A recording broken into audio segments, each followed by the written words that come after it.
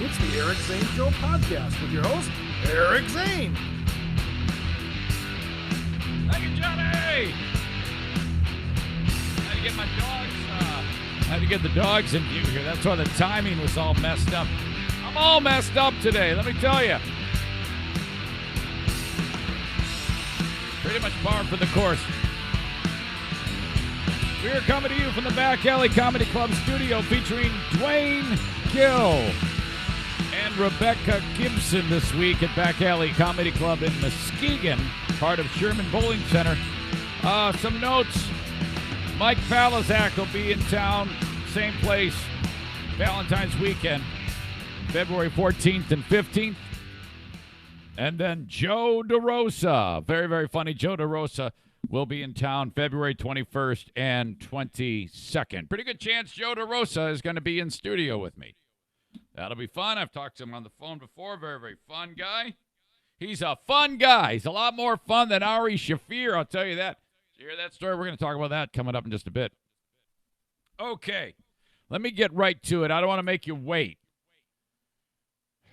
I have another pet that is losing an eye today. Buddy Bobcat Face has to have his eye removed.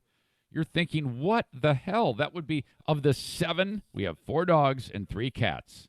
And that would make 3 of those animals now with one eye. What is going on here?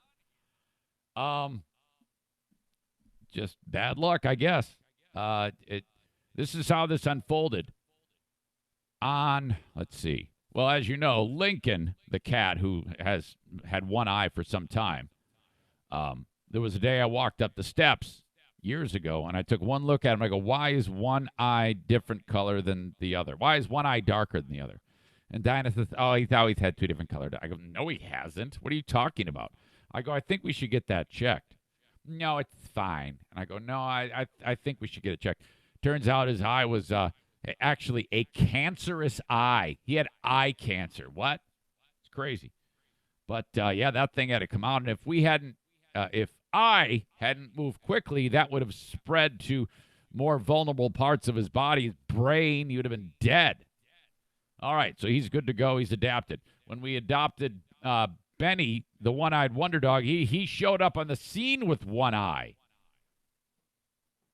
And now this. So I kind of, when my spider sense goes off on, I have like instincts when the animals aren't feeling well.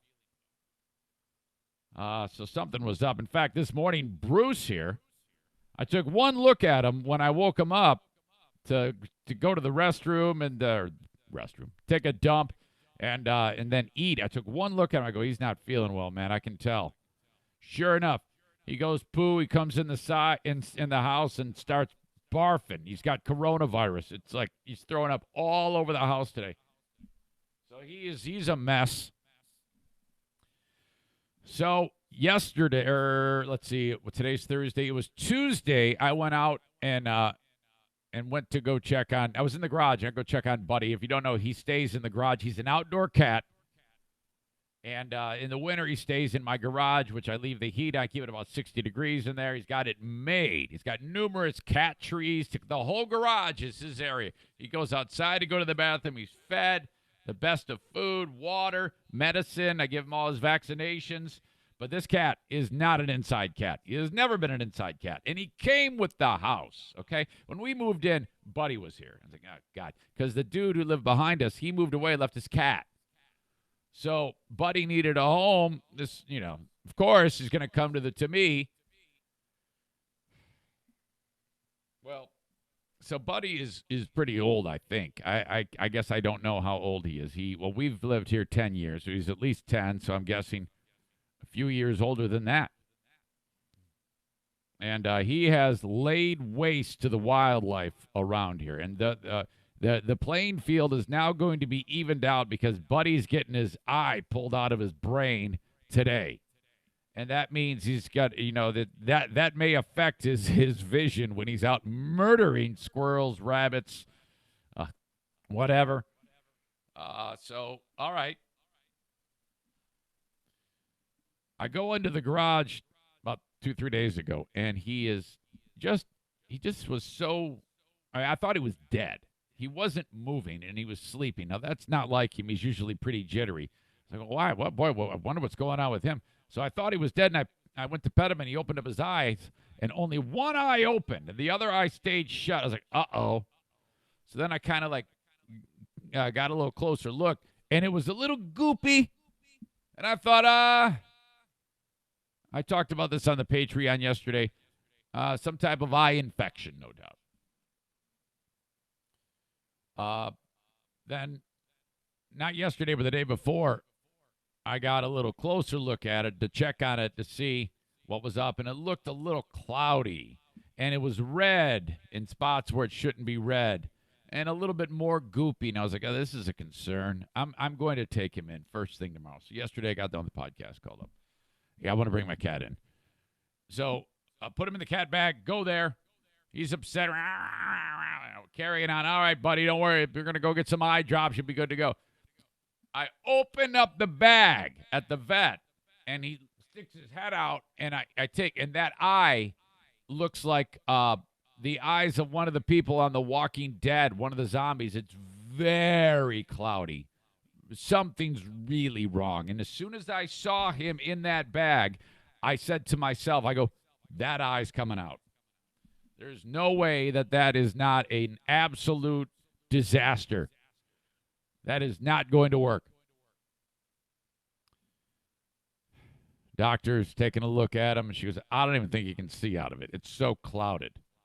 Now, I didn't really get an answer because you can't really determine just by an outside investigation what caused this. But they do have instruments at the vet that detect pressure, I guess. And if there is pressure, that means the animal, first of all, is in terrible pain, probably like a migraine, splitting headache, and it's not going to get any better, and that eye's got to come out. And so now, had I not been through this before, I would have been like, oh, no, it's the end of the world. But I'm like, oh, all right, yeah, okay, let's do it. So today that's happening. Dr. Josh is gonna do his thing. He's the one that operated on Lincoln. So how is it? Is that not that's pretty? Who else has a pet with one eye? I don't know anybody else who has a pet with one eye. I have 3 with one eye. Benny, the one-eyed wonder dog, Buddy Bobcat Face after today, and Lincoln. My God.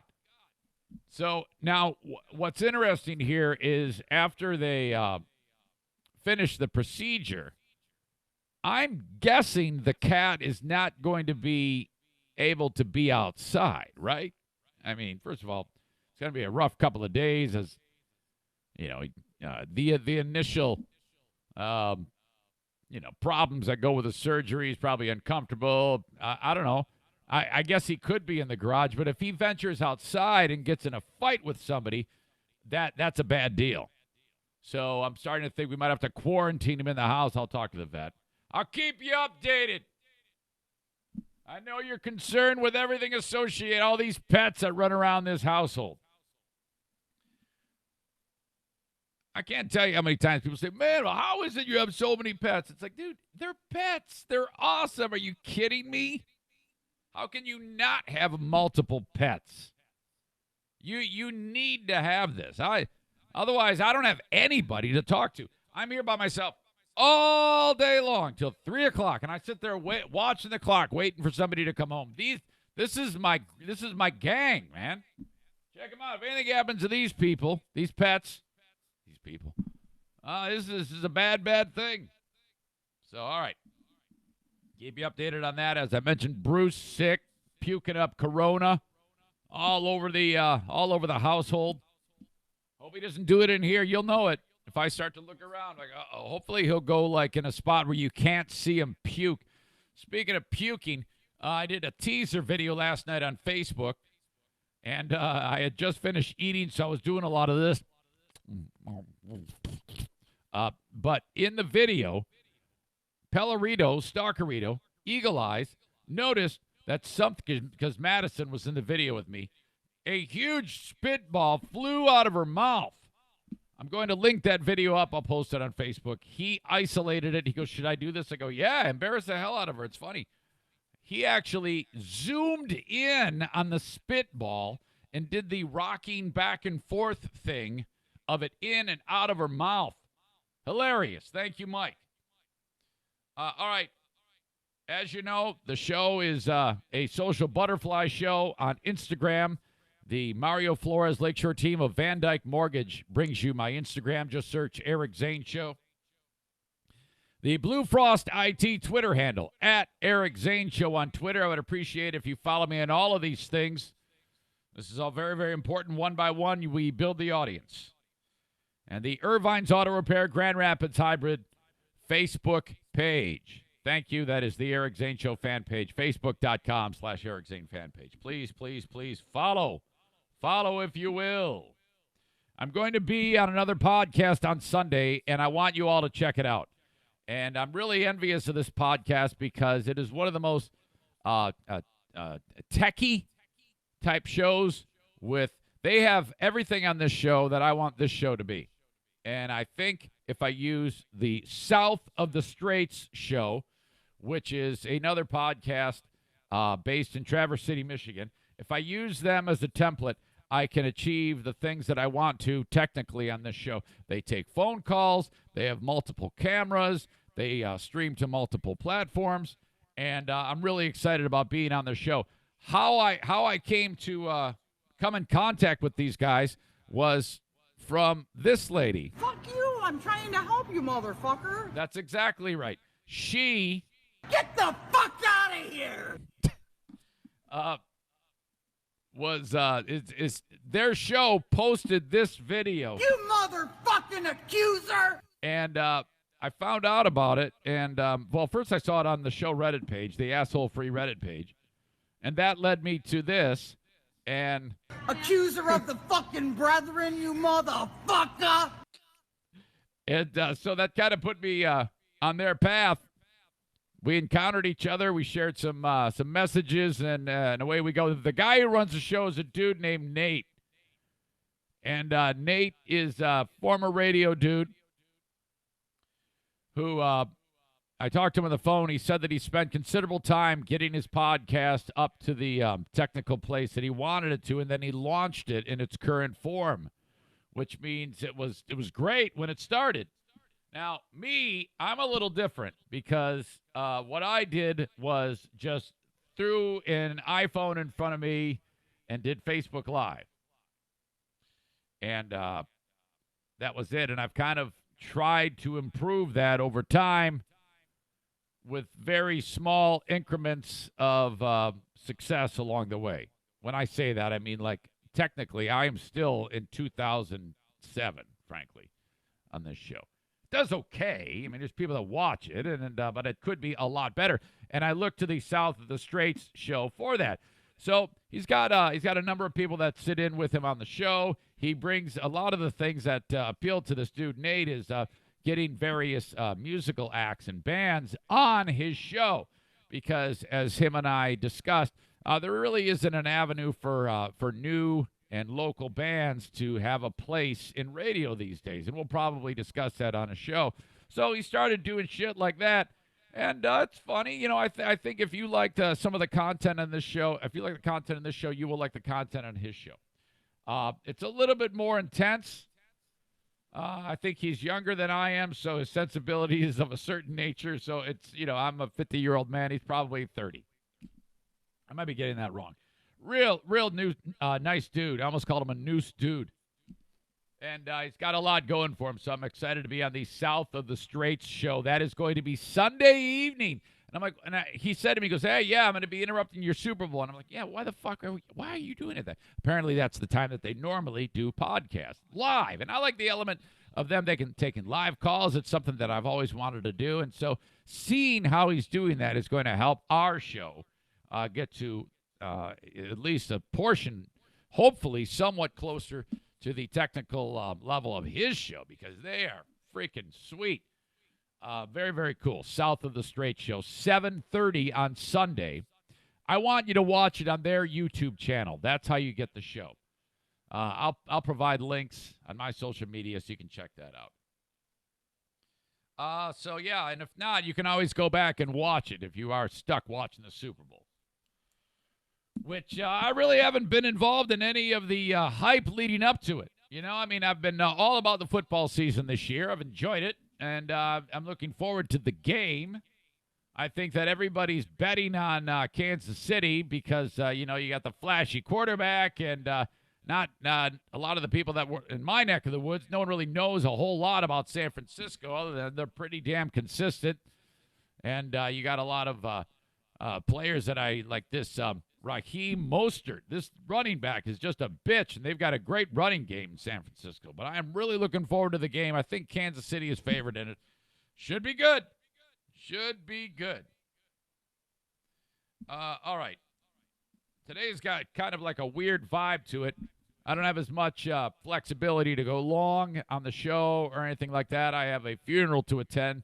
As you know, Jay is going to be laid to rest today at 11 a.m., so I've got to kind of move through things here. So if it seems like I'm not spending as much time on a story before you hear a sponsor, I still got to pay bills, obviously.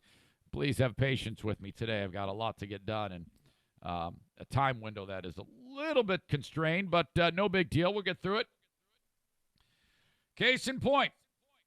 I'm sorry. Before I get to this last thing, or this first sponsor, second sponsor actually, on the South of the Straits show, they I said that Nate likes to have bands on, and one of the episodes I watched is he's bringing in these local dudes, and they're like rap artists, and he goes, "All right, please welcome." Nate's got kind of like an interesting voice. It's very distinct. You will, as soon as you hear Nate's voice, you go, "Oh, I could never forget that guy's voice."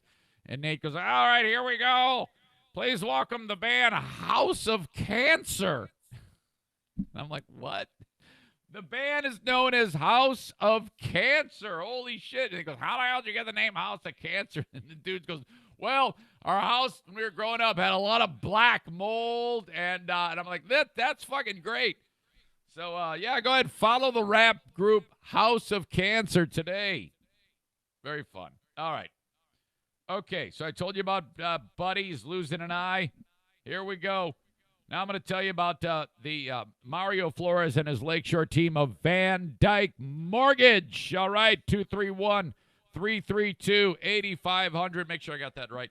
231-332. I didn't get it right. 6500. Idiot. 231-332-6500. You need a mortgage? You call Van Dyke Mortgage.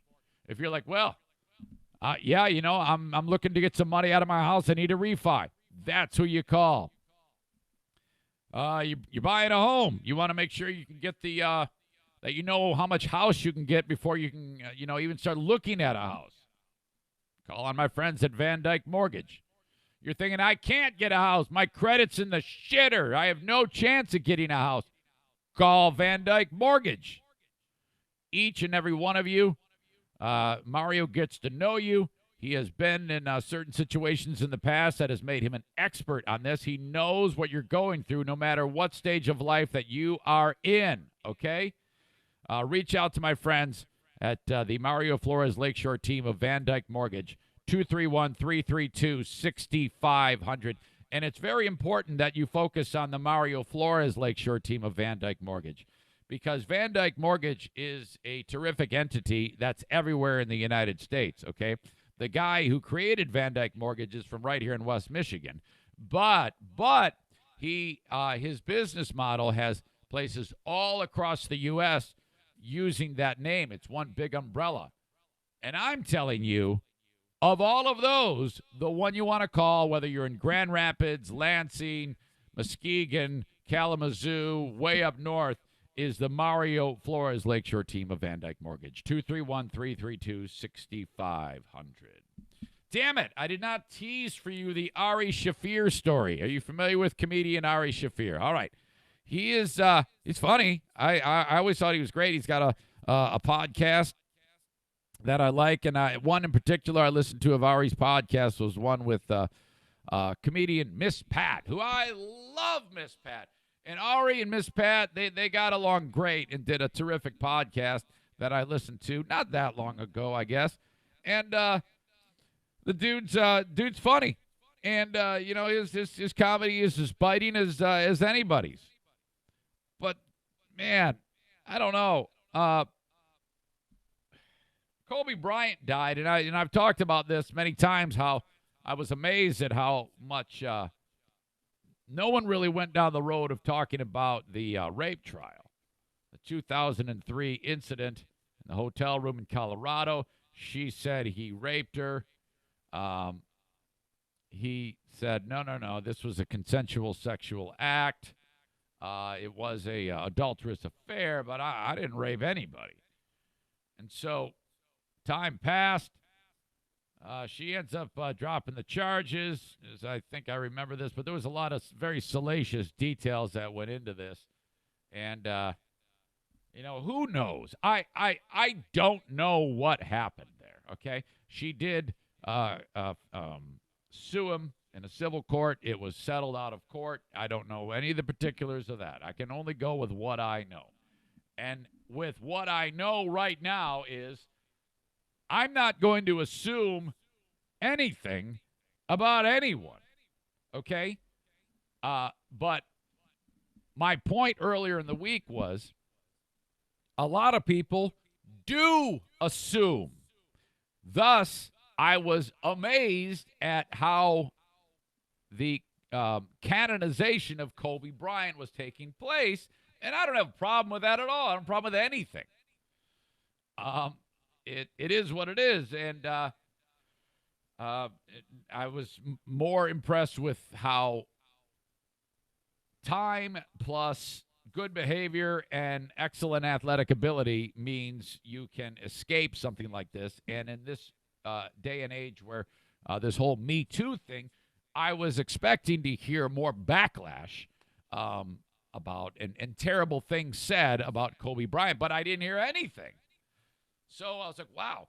And if you did, in fact, see the details of the Kobe Bryant rape trial, there are a lot of facts that did come out that make you go, ugh, this is not good.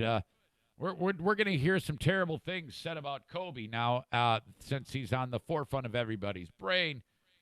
But all right, whatever. And there was a lot of people that died in that. A lot of kids died in that. A lot of moms, a lot of dads.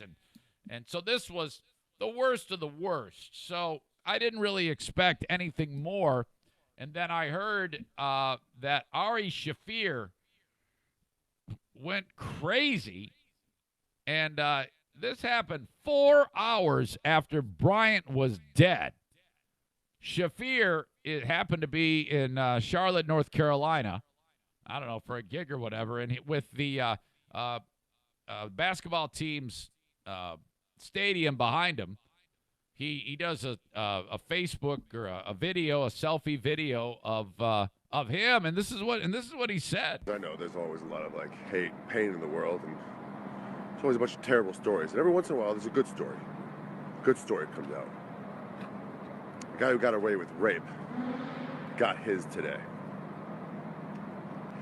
Kobe Bryant is gone. I'm here in Charlotte, the home of the team that originally drafted him. Maybe he wouldn't have raped that chick in Denver if he had stayed in Charlotte with the Hornets. Oh man. Okay. All right. So I'll let you process that. He was very, very happy with the death. All right. Let's go over the important information here. There's a lot of things that are happening as backlash on Shaffir. Now I'll get to that in a bit, but let's go over the day Kobe Bryant died. That happened, which you just heard. And in fact, the article in TMZ has a little bit more of the things he said. That video didn't, and audio didn't have everything. He said Kobe Bryant died 23 years too late today. He got away with rape because all the Hollywood liberals who attack comedy enjoy rooting for the Lakers more than they dislike rape. Big ups to the hero who forgot to gas up the chopper. I hate the Lakers. What a great day. Oh, God. Shaffir posted another video later and doubled down, saying Kobe's death was a good story because the guy got away with rape. Shafir deleted it, but the damage was done. Shafir got dropped by his talent agency after the video. He later took to Instagram to explain his video. And TMZ writes, in an epic failure. And Ari wrote, every time a beloved celebrity dies, I post some horrible shit about them. I've been doing it for years now. I like destroying gods. And right when a famous person dies, they're at their most worship. So as a response to all the outpouring of sympathy on social media, I post something vile. It's just a joke. I don't really hate any of the people. Boy, this whole thing is a mess because you don't really know what he thinks. You don't know if he's just, if he really thinks that, he really thinks that. I don't give a shit what he thinks. And I've made a living on this show saying comics should be able to say whatever the hell they want. So I guess in relation to the Instagram thing, don't back down from it, you pussy. Own it. You said it. Now those are the waters you're swimming in after you said it. So dive back in. This is a horrible thing because Shafir is now stuck because all the people that you got people that will just hate him no matter what, who don't even know who he is. And then you got his audience members that love him who are pissed off that he did that. And then you got the ones who love what he said, which probably isn't a ton of people, but still. If they know what to expect, he says it. Now you go back and you kind of try to talk your way out of it, which is just even more awkward and strange. Add into the mix all of the kids that are dead, all of the hurt and the anguish. And, I don't know. You might have to take a page out of Kobe Bryant's book and just wait. Time, distance, good behavior, be funny about other things. You might emerge okay, but right now, you're up shit's creek. More on this in a second. Not saying anything terrible about Kobe Bryant is my friends at Terrytown RV. I'm going to drive over and see those folks tomorrow. Maybe do a Facebook Live video with them. See some RVs. I love doing that. They are on division between 68th and 76th Street. TerrytownRV.com with an indoor showroom, so you don't have to shop. You don't have to window shop. Look at the merchandise in the cold. That's the biggest in the world. Indoor showroom, 125 travel trailers, fifth wheels, motorhomes, pop-ups, those little two-wheel deals that have like a tent attached to the back that look like a damn teepee. They got all that shit there at Terrytown RV. Come on, get after it. It's going to be a great spring, going to be a great summer, going to be a great fall when you are out in the great outdoors in our wonderful state of Michigan and beyond. Okay? If you want to go check out a camper and RV with me, send me an email, eric@ericzaneshow.com. I'll be happy to meet you at Terrytown RV. The managed IT service provider for the show is Blue Frost IT. You can reach out to them at 616-200-8550. Almost forgot their number there. I was doing so good. 616-200-8550. They're going to help your small or medium-sized business with everything you need for the tech side of your business. I got to reach out to them, in fact, because there's a piece of software that Nate at South of the Strait Show has encouraged me to utilize for this show called OBS that I know Blue Frost can help me with. Okay? So that's how this works, you know? Blue Frost is a client of the radio, of the podcast, but if things ever get off the rails and like, you know what, we're not going to sponsor you anymore. You talk shit about Kobe Bryant. Like, all right, great, fuck you. I'm still going to hire you, though. You're still my guys. Your small or medium-sized business needs them to stay afloat. If anything goes wrong with your network, you get phishing scams, viruses, upgrades, upkeep on your equipment. Maybe you're going to upgrade everything. They're the ones who do all of that. In business for small and medium-sized business, reach out to Blue Frost IT, a managed IT service provider servicing all of West Michigan. So Shafir is like swimming in shit now. This article says New York City Comedy Club gets death threats following his celebration of Kobe's death.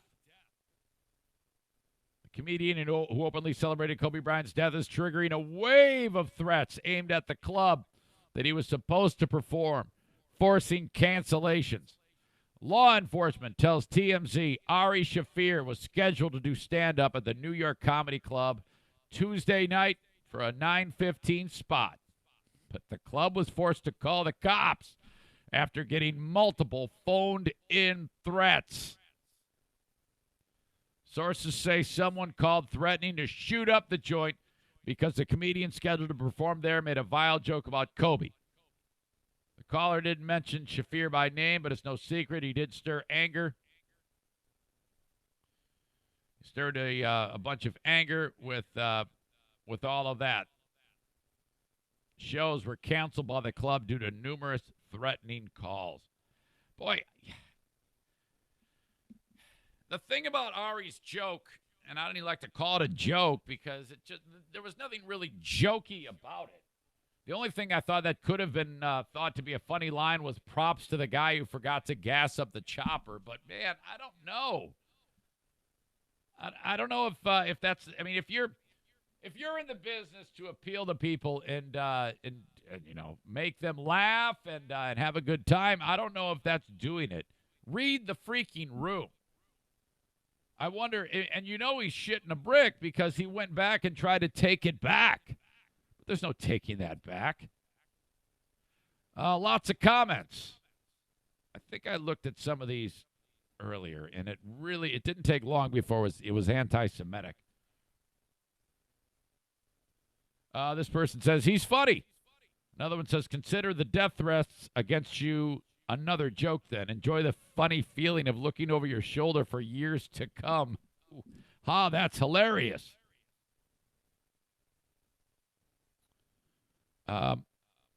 Wasn't this guy originally known for being the amazing racist back in the early 2000s? I don't know.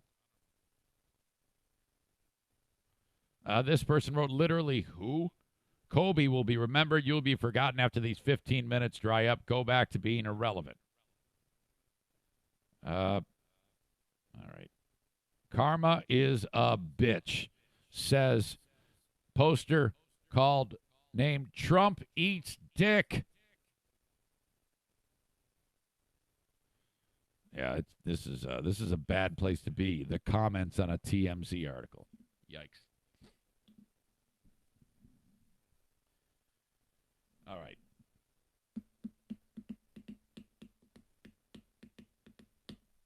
Coming up next, there is a terrible update. If you're a fan of the film The Mighty Ducks,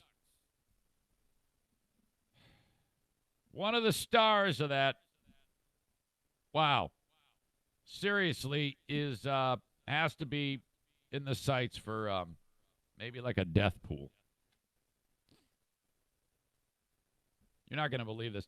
And I'll post a link to it so you can see. Actually, the first mugshot from a few years ago was pretty famous. It's gotten even worse for Sean Weiss. Car gets cracked up, taken to Riverbend Body Shop. They're on Lake Michigan Drive, just east of Wilson. Thank you so much to them for being part of the podcast. Riverbend Body Shop online at riverbendbodyshop.com.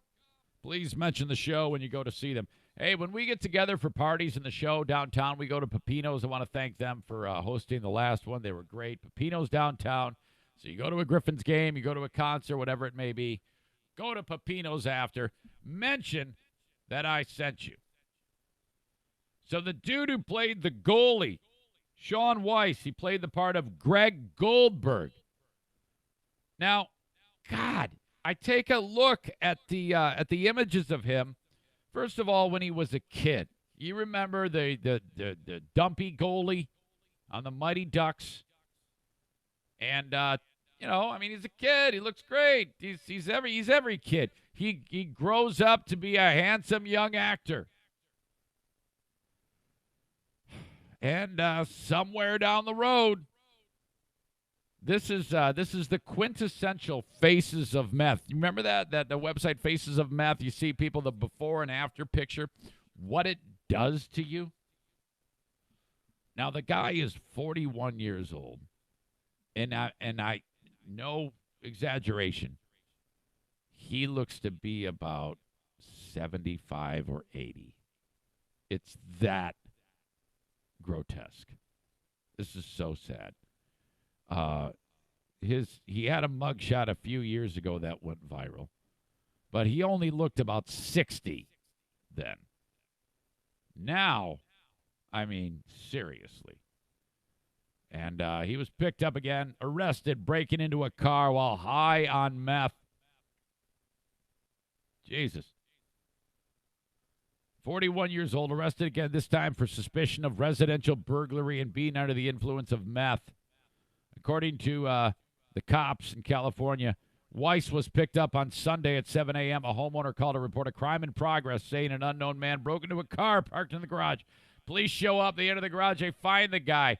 They just look at him. He doesn't even resist arrest. He can't even barely move. That's the guy, though. Weiss had forced entry to gain access to the vehicle, trying to get some shit to get for drugs. During the arrest, cops say Weiss admitted that he did not reside at that residence. Or did he own a car that he was rifling through? Man, this is really, really bad. You got to get a look at this. Sean Weiss, good luck, man. When I think one of the most impressive things is they need to post, okay, you got the before meth picture and then the after meth picture. Can we get a website of before meth picture, after meth picture, and the, 2 or 3 people in the world who somehow beat meth and then got it back and actually looked normal again? That would be just as impressive as the deterioration if anybody has turned it around. Holy crap. Email eric@ericzaneshow.com. Ben writes this. Zane, I was listening to last Friday's podcast the other day, and I heard the story about your wife getting chicken stuck in her throat. If you don't know, this is a regular thing in the household. It appears to be getting worse. There was a time we were actually on the way to the emergency room, and I've detailed this before, and she barfed it up in the car. Thank God we had a bag. And then she goes, all right, turn around, go home. I'm good now. She gets things lodged in her throat. It's terrible. I have the same problem, Ben writes, from time to time, and I have never, ever heard of anyone else with the same issue. I've heard from more than one of you, though, about this. This is not the first email I got. The worst time I can remember is going to a food show at the DeVos Place a couple of years ago. If you're not from West Michigan, it's a venue where the camper show is. Gigantic place, and they have like all these, it's like a walking menu, basically. All these different eateries are there, these chefs, food's on a toothpick. Oh, that's good. All right, you go to the next one. And then, but not this guy. This turned out bad for him. He says, I was tasting some lamb or something like that, and I felt it getting stuck in my throat. I ended up spending the next half hour in the bathroom trying to puke it up. Kind of ruins the whole food show experience. Ha ha. Anyway, just thought it was interesting to hear that Diana had the same problem. So I thought I would tell you that I know her pain.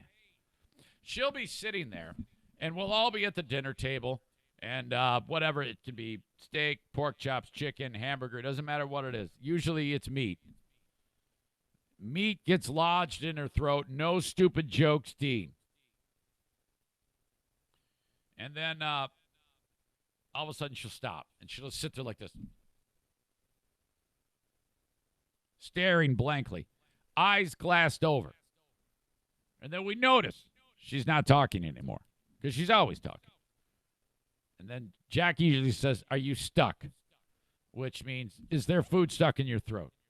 And Dad's like, no, it's good. It's good. But we know it's not good. And then she feels bad. About 30 seconds later, she gets up, walks to the bathroom. Oh God. So we all turn on our iPhones, the white noise app. I mean, there's no sense in us getting our meal ruined. Turn on the white noise app. Maybe I don't know. Put on a Billie Eilish song. We don't have to hear her doing her thing in the bathroom. Yeah. That's really nice of us. So then finally, I'm like, all right, I better go check on her so she doesn't think I'm an animal. Honey, are you okay? Sorry. It's okay. Leave me alone. O'Neill doesn't like that. He just lifted his head up to look at me. All right, so if you're just tuning in, Buddy's losing an eye. That happens later today. It might happen tomorrow. It might actually happen tomorrow if they're backed up at the vet. But, all right, God, how is this even possible? 3 animals now with one eye. That means if you have the Zany Bunch T-shirt, that'll be a collector's item, like an image of Buddy Bobcat face with 2 eyes. All right, as you know, I'll chronicle all that, and I'll show it to you. Okay. Where are we here? No, we don't have much left. Like I said, I got limited time. I will tell you this, that on the Patreon, I've got an update for you. Remember that brat in Texas? That pain-in-the-ass kid who he wore his hair up, his dreadlocks up, because there was rules at the school that said no student, black, white, Asian, short, fat, skinny, tall, gay, straight, no male student can have hair touching the collar. It's an uptight school. Who gives a shit? That's their rule. You know when you go in what the rules are, right? Well, this fucker decides he wants to wear his dreads out. And they're like, we don't, no, you can't. Either wear it up, cut it, or you don't graduate. Or you can't walk at graduation, and you're suspended until you get this shit figured out. Go ahead and take your fucking stand, but the rule's the rule. That applies to, talk about equality, that applies to all the kids. They interviewed the barber that works nearby, and he says, yep, every week I get a kid in here, some dummy who can't follow the rules, and they're different colors every time. White kid, black kid, Asian kid, doesn't matter. They all got to follow the rules. Talk about equality. This is the absolute equality. And the reason why they do that is so that you cannot distinguish the haves from the have-nots at the school. Everybody's equal at this school. But these assholes have made it about race and said that it's being racist to the kid, and it's not. Well, there's an update, and I'm going to talk about it on Patreon. Because Ellen DeGeneres is involved. Say it ain't so, Ellen. No. And she doesn't support what I support. It's turned into a complete travesty, and I'm going to talk about it on the Patreon. All right, it's time for the gun portion of the show. In fact, shit, man. I got to get their number. Show Gunsmith is BK Guns and Stuff. BK Guns and Stuff. They fix weaponry all around the United States and the world, for that matter. Okay? Top-level gunsmith right here in West Michigan. They do it out of their house. It's another great mom-and-pop business that I want you to check out. The pride of Ionia County, BK Guns and Stuff. It says here on the roof of this picture, home of the single-shot 45 BM. I don't know what the hell that means. Is that something to do with a bowel movement? BK Guns and Stuff. I want you to call them at 616-902-2447. If you get in the weeds and your gun's busted, shotgun, rifle, handgun, they do it all. Restorations. They specialize in gun transfers, too. I don't know what that means. Anyway, BK Guns and Stuff. You can call them up, 616-902-2447. Also, speaking of guns, You can get your pistol license with Steve Prince Arming. Get it?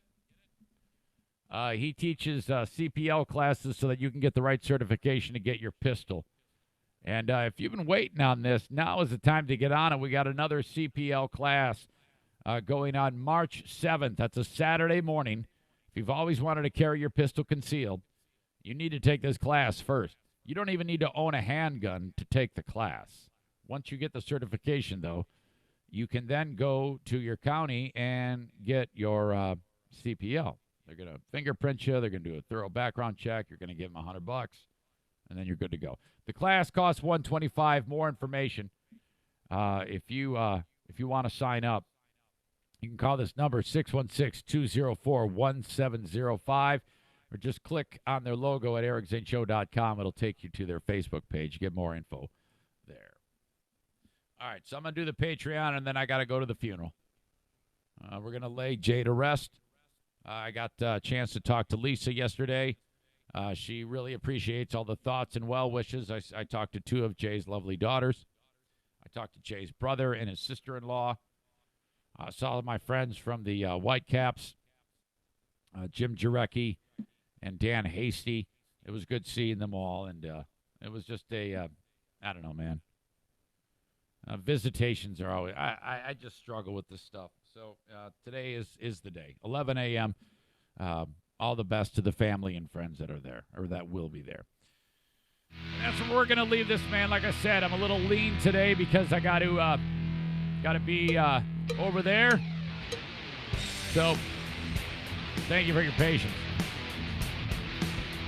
All right. Talk to you down the road. Eric Zane Show podcast heard right here. Thank you so much.